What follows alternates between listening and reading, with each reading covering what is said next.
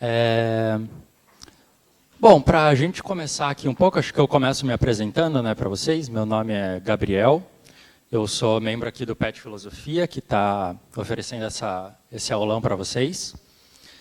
E é sempre muito bom receber vocês aqui na faculdade, porque a gente vê o quanto vocês estão interessados, né, na filosofia. E às vezes a gente vê esse campus... Filosofia é um curso relativamente pequeno, né, a gente vê o campus um pouco esvaziado e tal, então quando tem bastante gente aqui nos anfiteatros, vendo aula, é sempre muito bom. Bom, a aula que eu preparei para vocês hoje é sobre o Montaigne, o Michel de Montaigne, né? Um texto que está sendo cobrado no vestibular, e sobre o ensaio dos coxos, do livro Os Ensaios, do Michel de Montaigne. Então ali a gente tem a fotinho dele, né? Com essa gola e tal, ele usava meia calça e salto alto, então ele era um cara muito estiloso. Você pode passar para mim, Miguel, por favor? Bom, o Montaigne ele escreveu 3 volumes desses ensaios. As datas das primeiras edições ali, elas variam entre os anos de 1580 até 1595, e isso porque os ensaios eles são basicamente um diário que o Montaigne escrevia. Então, depois que ele se aposentou, ele se recluiu ali junto com a família dele, foi para a cidade natal dele junto com a família, e se dedicou a escrever como se fossem memórias, comentários sobre o que ele vivia e sobre o que ele viveu ali na época dele, desde a infância até a vida adulta. Então é como se fosse um diário ali, um exercício que ele fazia todo dia. Valeu. E nesse ensaio que... Bom, o Montaigne ele é um cara muito estudado, né, muito culto. Ele tem várias referências. Então, se vocês pegarem outros ensaios dele, ele vai fazer referência a várias outras culturas, vários filósofos. Ele tem um ensaio chamado Os Canibais, que ele fala de uma tribo indígena aqui do Brasil. Então, ele era um cara que falava de muita coisa. E uma das influências que o Montaigne tem são os filósofos antigos, principalmente ali da Grécia, e um deles é esse carinha chamado Pirro de Elis. E só para contextualizar, né, antes da gente entrar direto no texto, eu gosto sempre de fazer essa contextualização das influências que o Montaigne tem, também do tempo histórico que ele escreve e tal, para a gente entender um pouco com quem que ele está falando quando ele fala, né? Porque o Montaigne ele usa vários termos assim e tal, e muitas vezes a gente não sabe muito bem de onde que ele tira esses termos ou por que que ele está falando de certas coisas. E muitas vezes, se a gente olha para o contexto e para as influências dele, fica muito mais fácil da gente entender isso, porque não necessariamente ele vai explicar de onde ele tirou isso, né? Então, uma dessas influências que ele usa, né, nesse ensaio que a gente vai ler, é desse Pirro de Elis. O Pirro é, então, um filósofo antigo, ali nascido em 360 a.C., e esse filósofo ele expressava a sua filosofia a partir do seu modo de vida. Então, ele não tinha muito, vamos dizer assim, uma doutrina, como hoje se tem um livro publicado, onde ele escrevia as suas ideias e tal. A filosofia antiga tem muito disso, né? A gente aprende muito a filosofia dos filósofos antigos, vislumbrando como é que eles viviam.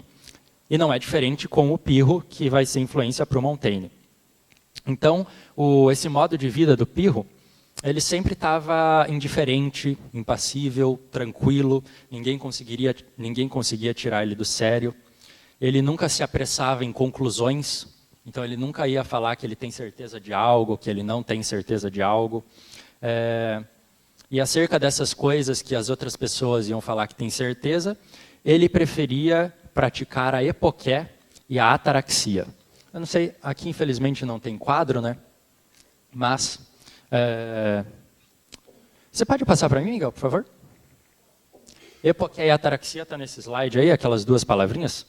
Epoqué é tradução do grego para suspensão do juízo. E ataraxia é do grego, traduzindo, é tranquilidade da alma. Então o Pirro ele praticava essas 2 coisas, então essa suspensão do juízo, que a gente já vai ver, são 2 termos que a gente vai trabalhar com cuidado, e essa ataraxia, essa tranquilidade da alma, a partir do seu modo de vida. Então ele era um cara muito calmo, não se apressava em conclusões e tudo mais. Esse outro carinha aqui, esse sexto empírico, é o nome dele, foi um médico também e filósofo grego, que também foi influenciado por Pirro, e por sua vez, sexto empírico também influenciou Montaigne. Então Montaigne também fala do sexto empírico, assim como o Pirro. E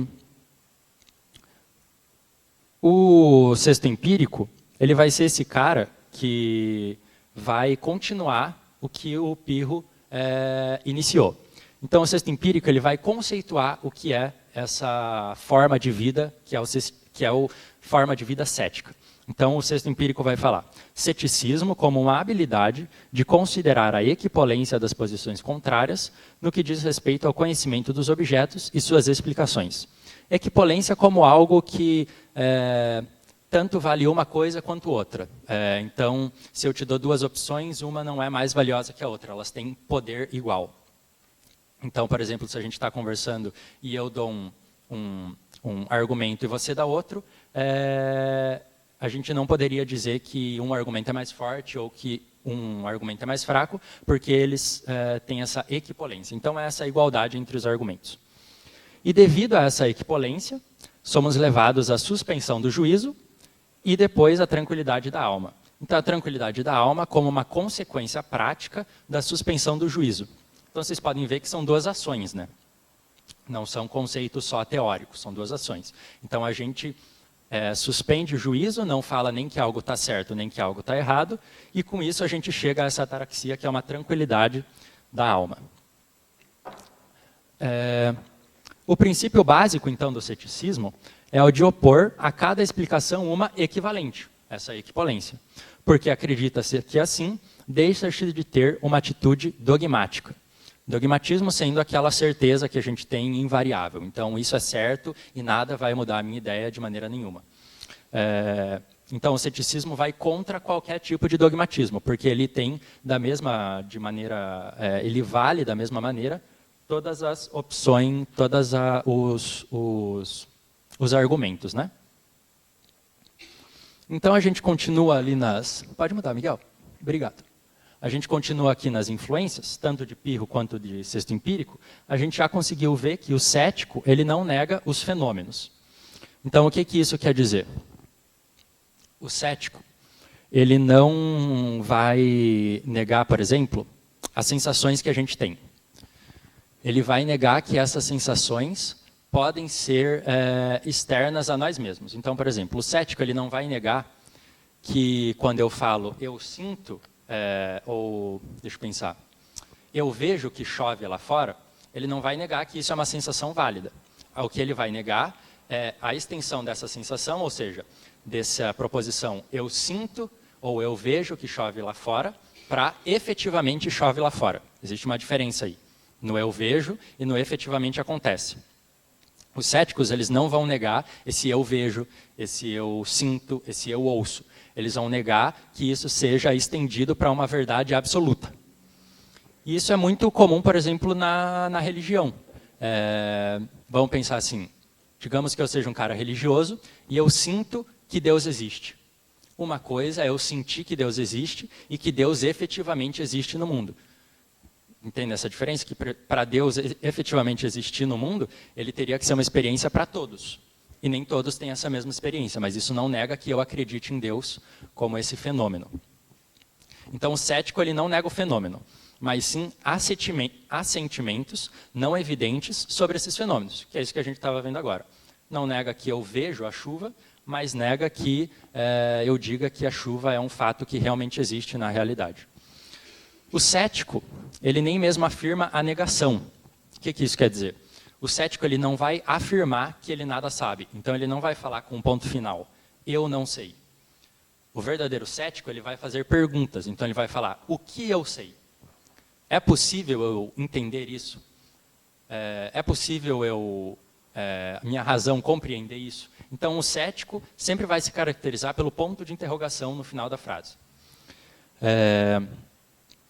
Então, ali, né, nem mais isso do que aquilo. Todos os argumentos, eles têm a mesma validade, têm o mesmo peso argumentativo. E o ceticismo, ele não é uma escola filosófica, mas um modo de vida prático.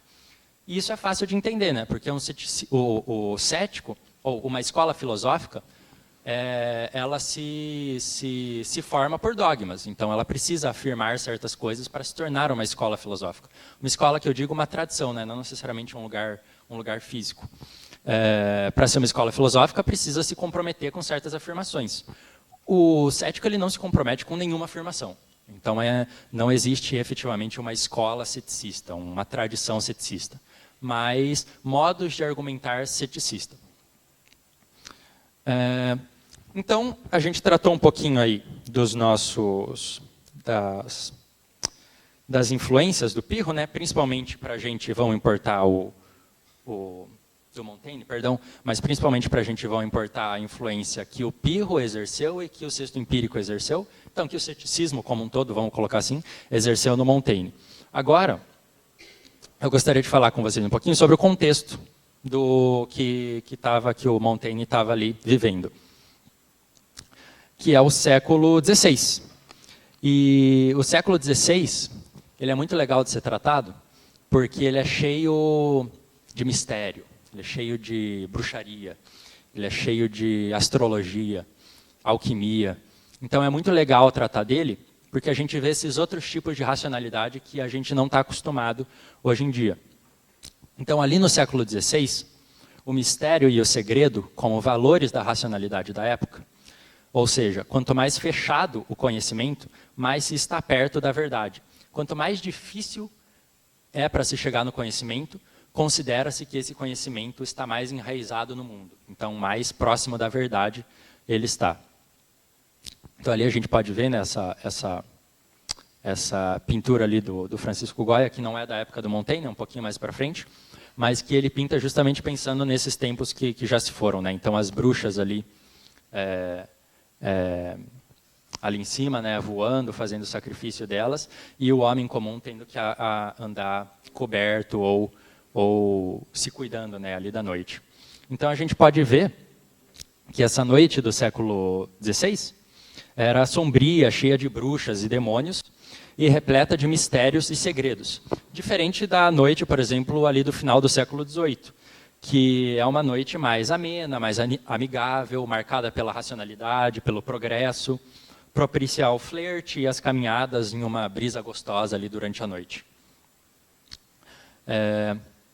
Desde o século XV, pode passar, Miguel, obrigado. Desde o século XV até meados ali do século XVIII, a Europa vislumbrou um renascimento de textos antigos e o surgimento de uma tradição mágica ligada a esses textos, junto com uma interpretação muito própria de um cristianismo que estava nascendo ali. Então esse século ele é muito curioso por causa disso, porque ele mistura tanto o cristianismo quanto uma tradição alquímica, quanto o hermetismo, e que vai dar nesse contexto que o Montaigne está ali inserido. Então, nessas imagens que eu trouxe para vocês, a gente pode ver ali, né, o mago fazendo um processo alquímico com o fogo e com a água. Aqui, uma inscrição astrológica ali, falando dos astros e dos signos do zodíaco. Um outro mago ali, que a gente consegue ver, né, tratando com a lua e com o sol. Esse era o tipo de racionalidade que existia naquela época, né? O tipo de ciência que existia naquela época. Então, toda essa tradição mágica, essa grande herança mágica, astrológica de pensamento antigo, e da Idade Média também, estava inserida em um quadro platônico, então resgate do platonismo antigo, hermético, com o cristianismo também, amplo e orgânico, por meio daqueles escritos que estavam sendo resgatados. Então, existia um vitalismo, um animismo e um substancialismo que são características desse pensamento que identifica eu e mundo. Eu e o mundo somos parte de uma mesma coisa. Eu e o mundo compartilhamos a mesma racionalidade. Existe uma racionalidade grandiosa, que tudo consegue abarcar e tudo consegue entender. Então, essa onipotência do pensamento, né? Eu posso conhecer tudo porque eu compartilho o meu pensamento de uma maneira mágica com o mundo. Então, se o mundo está aí, ele é passível de ser conhecido. Além disso, além desse contexto mágico, o Montaigne... Pode mudar, Miguel. O Montaigne estava inserido em uma confusão generalizada entre cristãos e protestantes, que a gente chama de guerras religiosas. Então, essa imagem que eu trouxe para vocês é a noite de São Bartolomeu, que foi um massacre ali que ocorreu na França, e que é uma representação da tensão e animosidade que existia entre o cristianismo e o protestantismo no período. Então, o Montaigne estava vivendo essa época em que era guerra religiosa para todo lado, pessoas se matando por causa das suas crenças, se matando por causa das suas opiniões, e ele estava no meio de tudo isso. E a própria família do Montaigne é uma representação dessa guerra religiosa, né? Dessa tensão. Porque o Montaigne ele vem de uma família onde o pai dele é católico e a mãe dele é uma nova cristã que foi convertida do judaísmo para o protestantismo, ali na Espanha, quando ela era criança. Então, dentro de casa e também na escola, ele estava inserido em muitas discussões acerca do estado sociopolítico, de tensão religiosa, essa tensão constante por conta dessas guerras entre católicos e protestantes. Nesse contexto, o Montaigne... Pode mudar, Miguel. Nesse contexto, o Montaigne ele estuda Direito em Toulouse e depois ele volta para Bordeaux para trabalhar. Ele se torna um funcionário público, então ele vai exercer cargos ali junto ao rei e depois vai ser prefeito de Bordeaux. Dizem que ele foi um prefeito até razoavelmente bom, assim. E ele se aposenta, depois dessa sua vida pública, ali por volta de 1570. Então, ele se dedica à sua família, a seus escritos, e que vão refletir esse período turbulento que o cercou. E aqui nessas imagens eu sempre gosto de trazer imagens para a gente visualizar bem as coisas, né? Porque às vezes a gente está ali no vestibular, a gente lembra de uma imagem que a gente viu e vem o conteúdo na nossa cabeça, né? Então aqui a gente pode ver ali em cima o colégio que o Montaigne estudou na Guiana, embaixo o parlamento de Bordeaux, onde ele trabalhou, e esse quarto aqui é o quarto onde ele morou até o final da sua vida. Pode passar, Miguel. Então, foi nesse contexto que ele escreveu os seus ensaios. Então, ali, o quarto onde ele escrevia, os 3 volumes do ensaio, então, uma obra gigantesca, onde ele escreveu esses seus ensaios. Então, com um estilo muito confessional, né, de diário mesmo, ele escreve esse livro acerca de uma enorme gama de tópicos. Então, é um livro que ele vai escrever de tudo, sempre utilizando um vocabulário que refere às suas influências. Por isso que a gente viu as influências dele, porque às vezes ele vai trazer termos aqui no texto e não vai falar de quem que é, e ele supõe que a gente vai entender, porque ele estava escrevendo para ele mesmo, então se ele entende, a gente tem que entender também, né? Por isso que a gente viu as influências dele.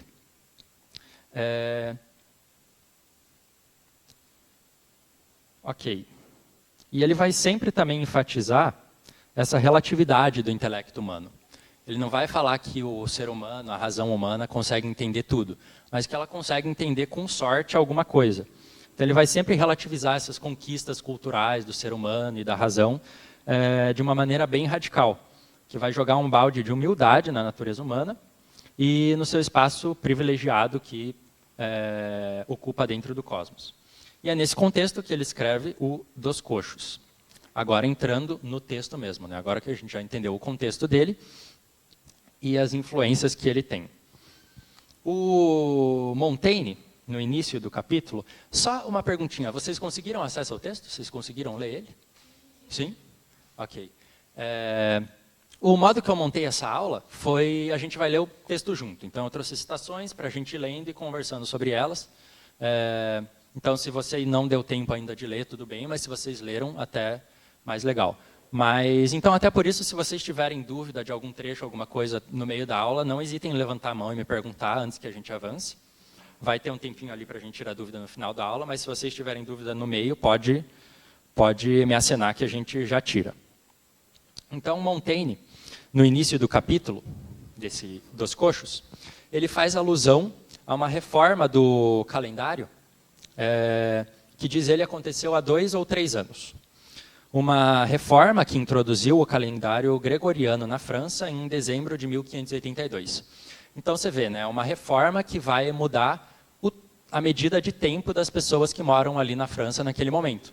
Porque imagina, você tirar 2 semanas do calendário em que a gente vive. É uma mudança bem grande, né? Tirar 2 semanas do ano. Ou parece ser. Porque essa mudança, que parece muito grande no calendário, Montaigne vai falar que não parece, ele vê que não parece ter tido um impacto tão grande na vida prática das pessoas. Então as pessoas continuavam plantando, as pessoas continuavam fazendo seus afazeres, suas tarefas, e essa mudança não mudou tanto os hábitos dessas pessoas. E isso vai encucar muito Montaigne, tanto que ele vai dizer assim, ó, nossos hábitos não se ressentiam do erro do calendário antigo, como não se ressentem agora da correção do calendário novo. Tão grande é a incerteza de tudo, tão grosseira é a nossa compreensão das coisas e tão obscura e obtusa. Então a gente não sabia por que o calendário era de um jeito, e quando ele mudou, a gente também não sabe por que ele mudou. Então não muda tanto a nossa vida. Se a gente não compreende essas coisas, a nossa vida, de alguma maneira, continua sendo vivida da mesma forma, sabe? Então Montaigne vai se pôr a meditar sobre isso. Pode passar, Miguel. Ele vai se pôr a meditar sobre isso e ele vai meditar então sobre a vagueza e a disponibilidade desse instrumento mal regulado, que é a razão humana. E esse termo é muito interessante, né? Instrumento mal regulado. Então a razão é um instrumento que a gente usa.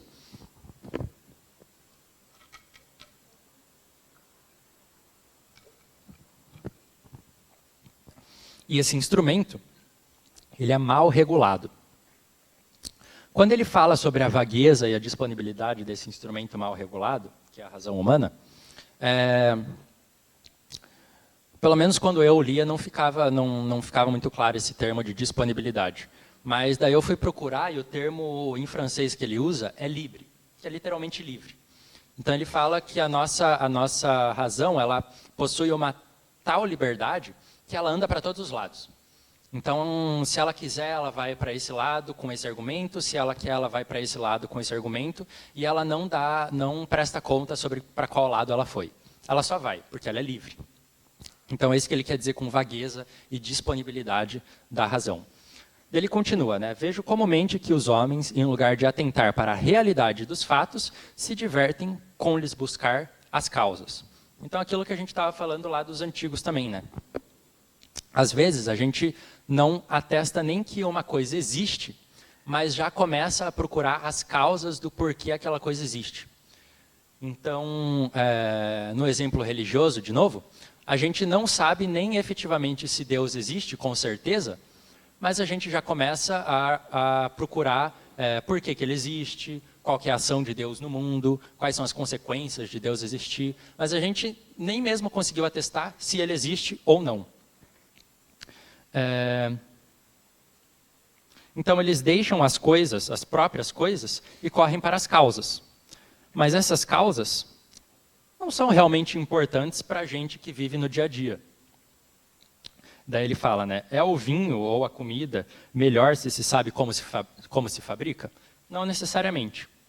E ao ouvir falar de alguma coisa, a gente sempre começa a indagar, né? Como é? A gente sempre faz essa pergunta, como é? Montaigne vai dizer que antes a gente devia falar, antes de mais nada, é. Então, antes de a gente perguntar como as coisas são, a gente primeiro tem que saber que elas existem. Se a gente partir da dúvida de que elas existem ou não para as causas, a gente vai incorrer em inverdades, em coisas que não necessariamente fazem sentido. Pode mudar, Miguel? Pode mudar de novo. Aí, obrigado. E disso ele vai falar que esse raciocínio vago e livre do homem, né, ele consegue dar corpo a coisas que somem na fumaça, assim, que a gente não sabe se existe realmente. Que a nossa razão constrói tão bem as coisas quanto o vazio, sobre o vazio como sobre o cheio. e que causas e mais causas, justificativas e mais justificativas, surgem para coisas que nem mesmo foi organizado primeiro pelos nossos sentidos. Então, de novo, né, a gente não sabe nem se aquilo existe, não passou nem direito pelos nossos sentidos, e a gente já está dando causa para essas coisas. Isso se dá, nos diz Montaigne, por conta da dúvida ser erroneamente tida como algo ruim, como um sinal de fraqueza. Se eu tenho uma dúvida, eu sou tido como fraco, de modo que é melhor e mais aceitável aceitar algo que eu não tenho certeza do que dizer de fato que a certeza me escapa. Então, isso é o que ele fala ali na próxima citação. Deixa eu ver. Aqui. A gente, em vez de falar que as coisas, que a gente não conhece as coisas, a gente se sente constrangido em falar que a gente conhece, sendo que seria muito mais fácil a gente ser honesto e falar que realmente a gente não conhece essas coisas. O Montaigne até brinca, ironicamente, que ele acha que antes de dar certeza para as coisas, ele acha que quase tudo antes deveríamos dizer isso não é. Se a gente não consegue dizer que a gente não sabe, que a gente realmente não sabe das coisas, é melhor falar que as coisas não são mesmo, porque dá menos problema do que falar que elas existem e que elas são. Dessa falta de humildade da razão humana, resulta conhecermos as causas e os efeitos de 1000 coisas que nunca existiram e discutirem os indivíduos acerca de assuntos que o pró e o contra são igualmente falsos. Então a gente começa a discutir coisas sem noção nenhuma, sem lastro nenhum na realidade, porque a gente não é humilde o suficiente para saber que a gente não sabe mesmo dessas coisas. Então a verdade e a mentira, elas são iguais. A gente vê ela com os mesmos olhos. O que a gente vê, que a gente sente, pode ser tanto verdade quanto mentira. E nada pode nos permitir a dizer que os nossos sentidos podem ser estendidos para o mundo real. Que aquilo que a gente sente é aquilo que realmente acontece no mundo. E isso vai tomar proporções enormes quando essas imposturas elas são públicas e impostas mediante a autoridade da multidão. Pode mudar, Miguel. Isso. Ele vai falar, né? O erro individual forma o erro público, o qual, por sua vez, cria o erro individual. Então é muito claro, né? É a famosa fofoca. Quando eu falo uma coisa que eu não tenho certeza para outra pessoa e essa pessoa acredita, ela vai lá e fala para outra pessoa, essa outra pessoa também acredita, espalha para outra pessoa, e o erro ele vai se tornando público. E um erro público, ele é extremamente nocivo à sociedade, porque a grande população, a grande massa de pessoas, vai ter um poder muito grande sobre os indivíduos. É aquele negócio, né? Se 1 milhão de pessoas dizem a mesma coisa, essa coisa com certeza é verdadeira, né? Então eu também tenho que acreditar nela. Assim vai-se a coisa enraizando, de mão em mão, a ponto de cada nova testemunha se achar mais bem informada que a precedente. E a última mais convencida que a primeira. Então essa dimensão, né, do erro público como formador como o erro individual como formador do erro público e o erro público também como formador do erro individual, esse círculo vicioso, né? E a coisa ela vai se enraizando tanto pela essa autoridade da multidão que ela vira um fato verdadeiro por essa opressão coletiva, mesmo que, segundo Montaigne, na coletividade haja tantos loucos e tão poucos sábios. E daí, nesse caso, ele vai dar o exemplo de um príncipe lá na França, que ele estava com a perna doendo. E foi se consultar com o padre. E o padre operou um milagre na perna dele, e a perna dele, diz ele, que voltou ao normal. Por ele ser um príncipe, uma autoridade, essa informação foi correndo ali pela região, e o padre foi tido como um padre milagreiro. Mas a gente não consegue realmente atestar se foi o milagre realmente que curou a perna do príncipe, ou se foi, enfim, o descanso que ele teve depois e tudo isso. Mas por conta da autoridade desse indivíduo, o erro se tornou público. E para Montaigne, é espantoso verificar que, como essas lendas tão enraizadas, têm causas em origens tem causas e origens em imposturas e erros. E tais causas, advindas de imposturas, nos impedem de conhecer melhor. Pois o grandioso, o milagre, as bruxas, a magia, nos apraz tanto o olho que nos impede de conhecer a beleza na sua pequenez. Então, vejam, é muito mais fácil, se a gente for pensar nesse exemplo, é muito mais fácil o príncipe ter descansado e a perna dele melhorado, do que Deus ter encarnado no padre, ter feito um milagre. É muita coisa se movimentando. É muito mais fácil ele sozinho ter descansado e a perna dele sarado. Então, a gente se preocupando com essas grandiosidades, a gente não presta atenção em coisas muito mais simples, que fazem, na sua pequenez, muito mais sentido para explicar certas coisas. Pode passar, Miguel. E daí ali no... Ah, não, pode voltar. Isso, obrigado. E daí ele vai falar, né? Até hoje, os sucessos estranhos, como milagres e esse tipo de coisa, esconderam-se de mim, no sentido de que ele decidiu ele decidiu suspender o juízo, não ir nem contra nem a favor. Esconderam-se de mim. E em matéria de monstros e de milagres bem caracterizados, só conheço a mim mesmo. Quanto mais me analiso e conheço, tanto mais minha deformidade me espanta e menos eu me compreendo. Então, nessa citação, é muito fácil da gente perceber, aqui a gente conversando, aquela coisa da ataraxia, da epoqué da suspensão do juízo que passa para a tranquilidade da alma. Veja, o Montaigne, em questões de monstros e de milagres bem caracterizados, ele só conhece a ele mesmo. O que isso quer dizer? Ele não vai nem a favor nem contra, mas ele vai com aquilo que ele realmente sente. E quanto mais ele se analisa e se conhece e vê que ele realmente não pode dar conta dessas coisas, racionalmente, tanto mais a deformidade da sua razão o espanta e menos eu me compreendo. Então, essa passagem do suspender o juízo para o conhecimento de si. Então, ele suspendeu o juízo e entendeu que realmente a razão dele não era forte o suficiente para dar conta desses milagres e desses monstros, dessas coisas sobrenaturais. Então ele acaba ficando mais tranquilo com ele mesmo, porque ele conhece a si mesmo e sabe que ele não precisa se preocupar e se descabelar porque ele não entende a divindade de Deus ou como bruxas são possíveis, porque isso está para além da sua capacidade racional. Então ele fica mais tranquilo, ele chega nessa ataraxia, nessa tranquilidade da alma.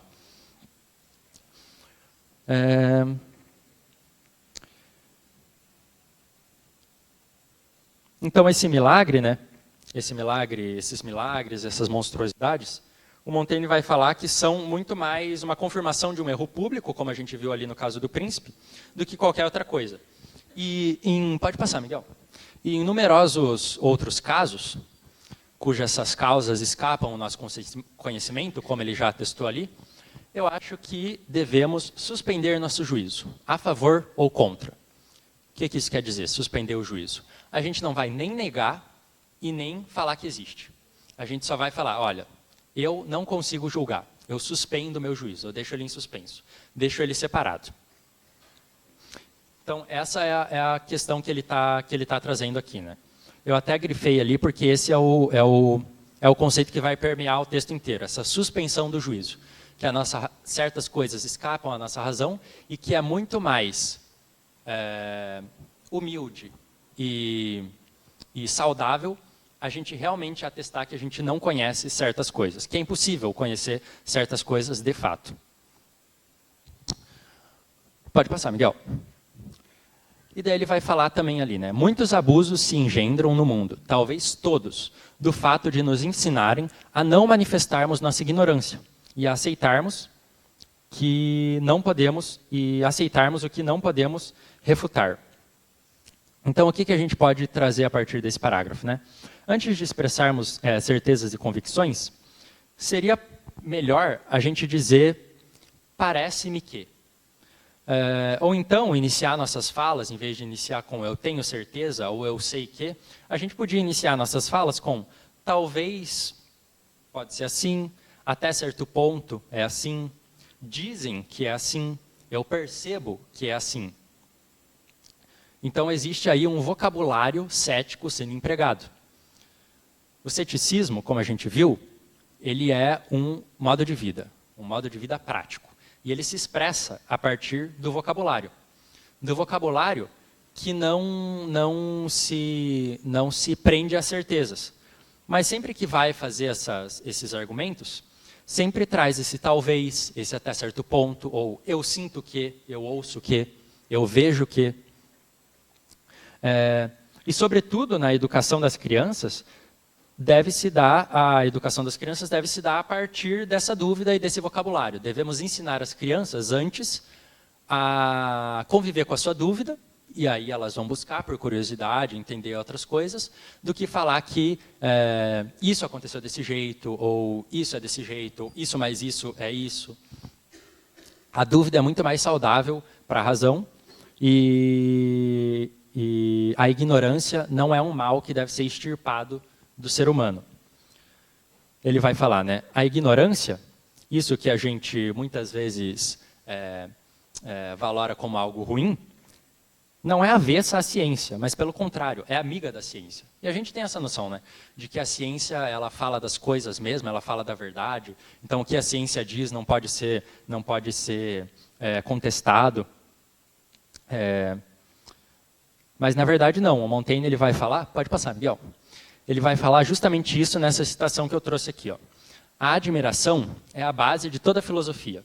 A investigação é a fonte do progresso. A ignorância é um obstáculo intransponível. Todos nós somos ignorantes e sempre vamos ser ignorantes. E, no entanto, existe certa ignorância forte e generosa que, do ponto de vista da honra e da coragem, nada fica a dever à ciência. E há tanta ciência em conceber essa ignorância, como em conceber a própria ciência. Então pensem, né? Se a ciência fosse esse espaço onde certezas absolutas se constroem e não existe espaço para ignorância ou para dúvida, a gente estaria pensando que o Sol gira em torno da Terra até hoje. Em um momento era a ciência de que o Sol girava em torno da Terra. Mas existiu um momento também que uma pessoa perguntou: mas será que o Sol gira em torno da Terra? E essa dúvida instigou ela a fazer novas pesquisas e buscar novas evidências e perceber, aí sim, talvez de maneira certa, de que, na verdade, quem gira em torno do Sol é a Terra, e não o contrário. Então, a ignorância, a dúvida, ela não é o contrário da ciência, mas ela é amiga da ciência. É ela que faz a ciência evoluir.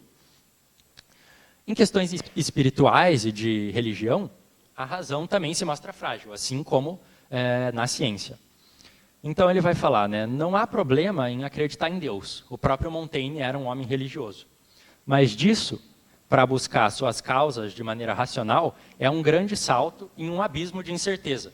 Então aquilo que a gente estava falando, né, eu acreditar em Deus e falar que Deus realmente existe, são duas coisas completamente diferentes.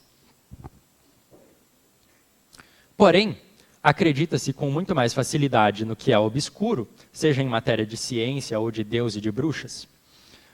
Então é muito comum, nessa época era muito comum, né, o conhecimento ele ser guardado às 7 chaves. Vocês conhecem a história da Pedra Filosofal? Que ela era um segredo que era guardado por um mago às 7 chaves, e que quem conseguisse decifrar esse segredo teria vida eterna. É meio essa a ideia, assim. A Pedra Filosofal representa a verdade, a razão infinita. E para você conseguir chegar nela, você precisa decifrar vários segredos, várias coisas obscuras, falar com vários magos. Então, a verdade ela se esconde. Nessa época que o Montaigne está falando, né? E a gente se vê muito mais atraído por essas verdades obscuras, porque parece que nos instiga muito mais a ir procurar essas coisas obscuras, do que coisas que às vezes estão claras na nossa frente. E a gente, às vezes, é muito reticente em colocar essas coisas obscuras em dúvida, né? Então, o Montaigne continua falando ali no próximo slide. Ele fala bem assim: sou pesado de espírito e atenho-me ao que tem consistência e é plausível, evitando, a propósito, o defeito já assinalado pelos antigos. Os homens são induzidos a acreditar no que não compreendem, o espírito humano inclina-se a crer mais facilmente no que é obscuro. Aquilo que a gente está falando, né? A gente, às vezes, se nega a dar consistência naquilo que é mais plausível. Então, o príncipe ter descansado e a perna dele ter sido curada, e prefere procurar essas coisas maiores, obscuras, que a gente não compreende muito bem, mas que são lindas para os nossos olhos, como um milagre, por exemplo.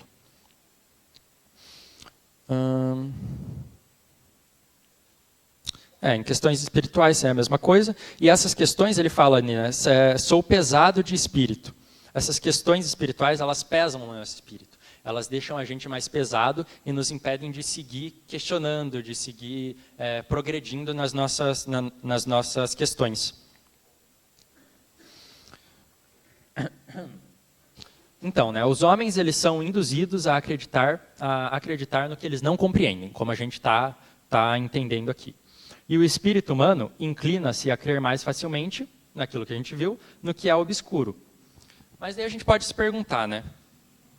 Nessa época que o Montaigne estava escrevendo, estava acontecendo a caça às bruxas. Então pessoas, na maioria esmagadora das vezes, mulheres, estavam sendo queimadas em fogueiras e enforcadas por bruxaria. E a gente pode perguntar, né? Quão não deve ser o tipo de certeza, quão grande não deve ser a certeza de alguém para queimar uma pessoa viva, né? Quanto essa pessoa não deve ter a certeza de que a outra pessoa é uma bruxa para atacar ela na fogueira? Que tipo de certeza é essa que essa pessoa criou? Mesmo com o testemunho público de que bruxas existiam, que certas pessoas eram bruxas, não podemos dar fé a coisas que nos escapam à razão. E esse tipo de coisa nos escapa à razão. A gente pode sim acreditar em bruxas, mas a gente não pode queimar as pessoas atestando que elas são bruxas. No caso, então, da caça às bruxas, é muito mais natural que o nosso juízo se perturbe com suas próprias ideias do que um ser humano saia voando em vassouras. Muito mais fácil a gente imaginar que quando eu vi um pássaro grande no meio da noite voando pelas árvores, a minha imaginação fazia essa construção de que aquilo na verdade não era um pássaro, porque estava escuro, estava uma neblina, e daí quando eu vi aquele pássaro, na verdade aquilo era uma bruxa. E daí eu começo a caçar bruxas. É muito mais provável esse movimento da imaginação do que realmente uma pessoa pegar uma vassoura e sair voando. Da mesma forma que é mais fácil a perna do príncipe ser curada por ele ter descansado do que um milagre que Deus encarnou no mundo e curou a perna dele, ele mesmo. Então o Montaigne fala, né, não procuremos ilusões que venham de fora e que nos sejam desconhecidas, quando já andamos perpetuamente agitados pelas que nos são próprias e existem em nós. Então a gente já tem muitas questões de imaginação na nossa mente que a gente não precisa buscar testamentos de fora para corroborar isso que a gente tá formando na nossa própria imaginação subjetivamente, né? Ele fala que mais vale inclinar-se à dúvida quando se fala dessas coisas do que à certeza. E que a dúvida é muito mais agradável a tudo que se apresenta improvável. É muito mais honesta a tudo que se apresenta improvável.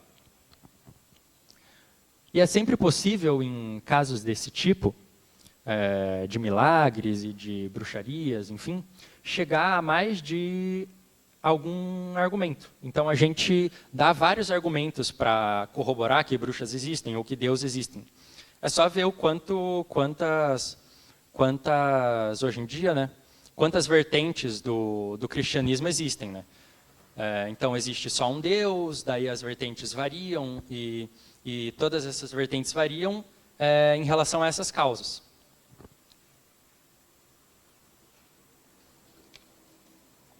Dando causas e justificativas diferentes para um mesmo fenômeno subjetivo. E as conclusões, baseadas em experiências primeiras, são muito fracas, e as opiniões não podem ser base firme para decisões.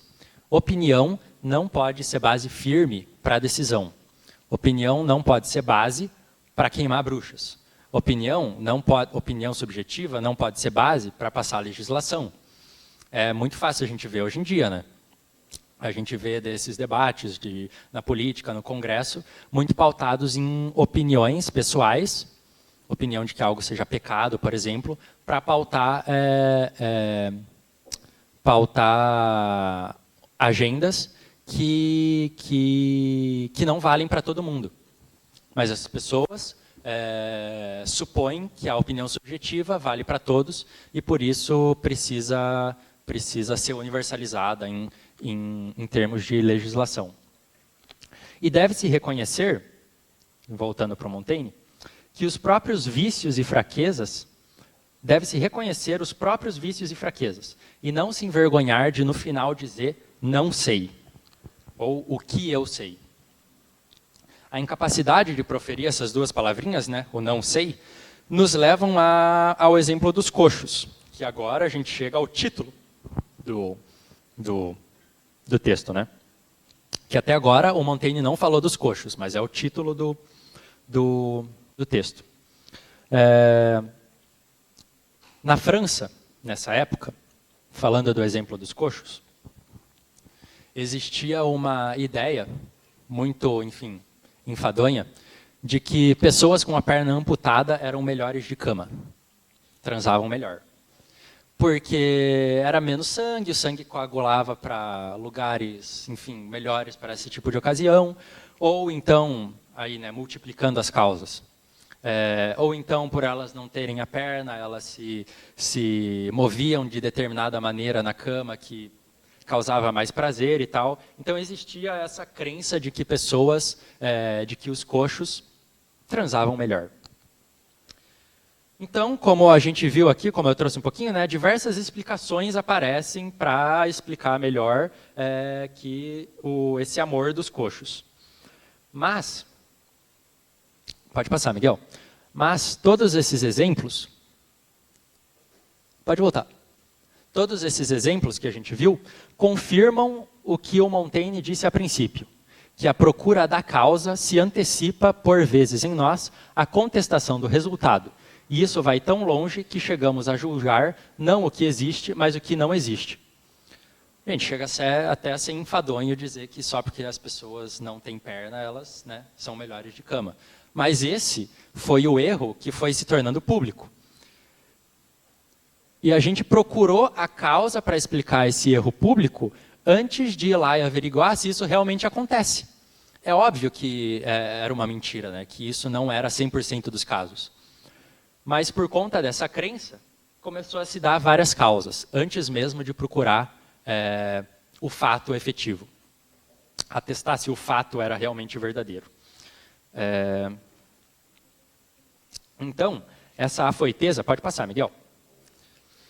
Essa afoiteza dos que atribuem ao espírito humano a capacidade de tudo saber, levou os outros a afirmarem, por despeito ou contradição, que o espírito não era capaz de coisa alguma. Então, aqueles que se irritaram com tanta certeza, por birra, começaram a falar que não é possível mesmo a gente conhecer nada. Que o mundo escapa a tudo, a gente não conhece nada, a gente deve desistir de tudo, porque a gente não conhece nada e nunca vai conhecer.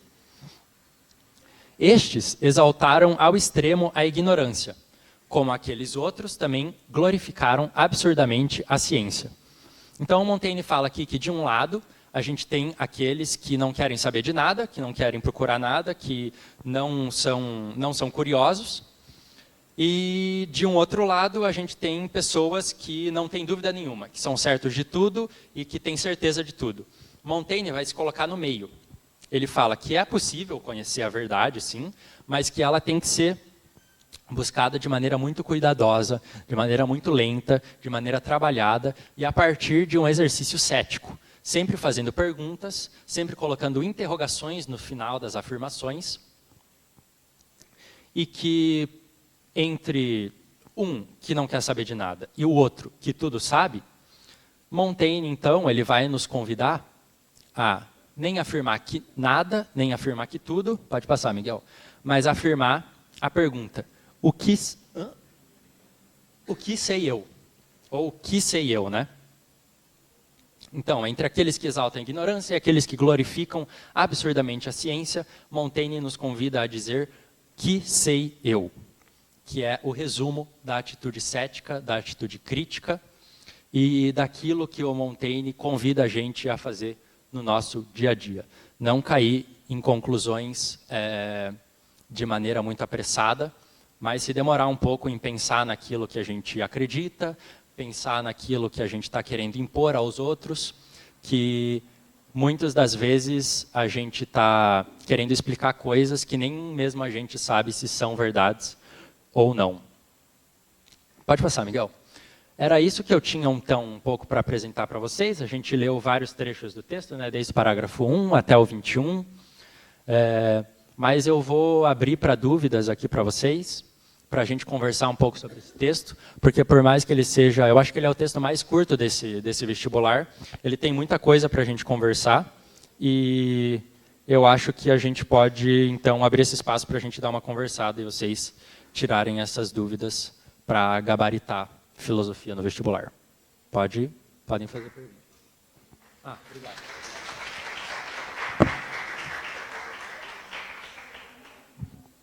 Pode passar, Miguel.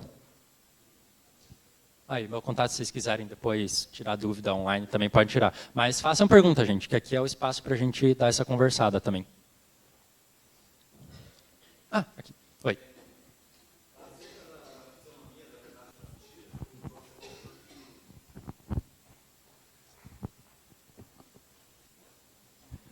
Sobre a fisionomia da verdade e da mentira, você mostrou que o Montaigne ele diz que a gente vê elas da mesma forma, elas se aparentam igual ali, né? Tem uma mesma fisionomia.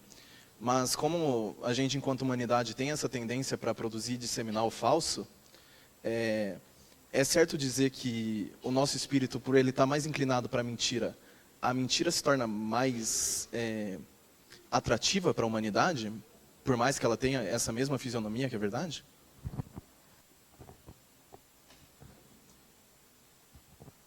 É uma ótima questão, assim, uma questão que acho que dá para conversar com Montaigne, porque, primeiro, né, hoje é muito comum a gente falar, né, que o humano, né, a humanidade, hoje se vê que ela é muito avessa à verdade, que se atrai mais pelas mentiras e tal. Mas eu acho que o Montaigne está falando é que a gente não pode nem atestar que as coisas são mentiras, nem que são verdades. A gente tem que tomar cuidado com afirmações. Então, afirmações de falso e de errado. Então, não necessariamente, por exemplo,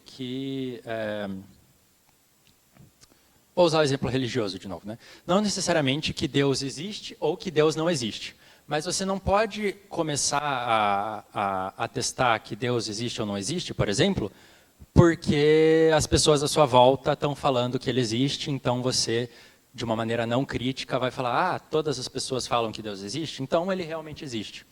Ou o contrário também, todas as pessoas falam que Deus existe, mas todas as pessoas são burras. Eu sou o único inteligente e Deus existe porque todo mundo é burro. O Montaigne ele fala que a gente tem que seguir o nosso próprio caminho, fazer essas questões a gente mesmo, e buscando essas questões a gente mesmo, e racionalizando elas, e ir com muito cuidado, sempre com essa curiosidade, sempre com esse exercício com esse exercício cético, né?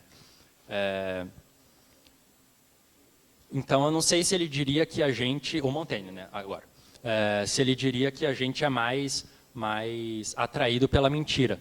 A gente é mais atraído por aquilo que parece verdade para a gente, sabe? E pode acontecer de ser mentira ou ser verdade. Mas a gente não pode atestar que aquilo que parece realmente acontece no mundo. Não sei se eu respondi, mas beleza. Mais alguma pergunta?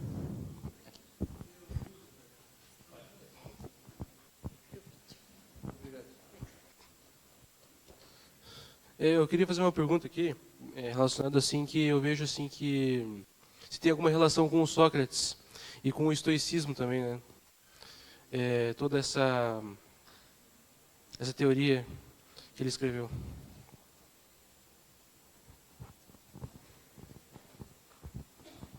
Essa é uma ótima questão também, porque eu gosto de dizer que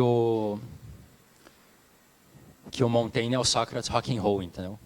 O Montaigne é o Sócrates de verdade, é o Sócrates raiz. Porque o Sócrates, se a gente for tomar, né, essa atitude cética, essa atitude crítica, Sócrates falava, só sei que nada sei, com ponto final, no final. O Montaigne ele vai radicalizar isso e vai fazer uma pergunta, que sei eu? Então já é mais radical, mais cético que o próprio Sócrates. Então, com certeza, quando ele formulou essa frase, né, que sei eu, que é o bordão assim do Montaigne, ele estava pensando em Sócrates também. E quanto aos estoicos e tal, ele tem influência também dos estoicos. Em outros ensaios ele cita outros estoicos e tal, mas para esse texto aqui ele está mais focado no pirronismo, no ceticismo antigo.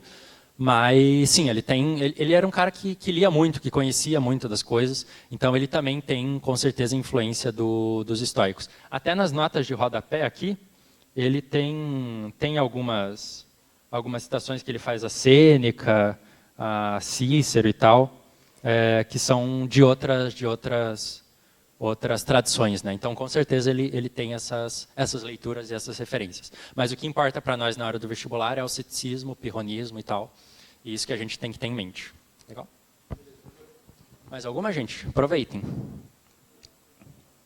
Fazer pergunta? Não? Estou esperando.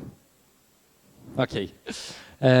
Bom, de qualquer forma, se surgir alguma outra pergunta no decorrer dos estudos, que vocês lerem depois o Montaigne, podem me mandar no e-mail que eu respondo.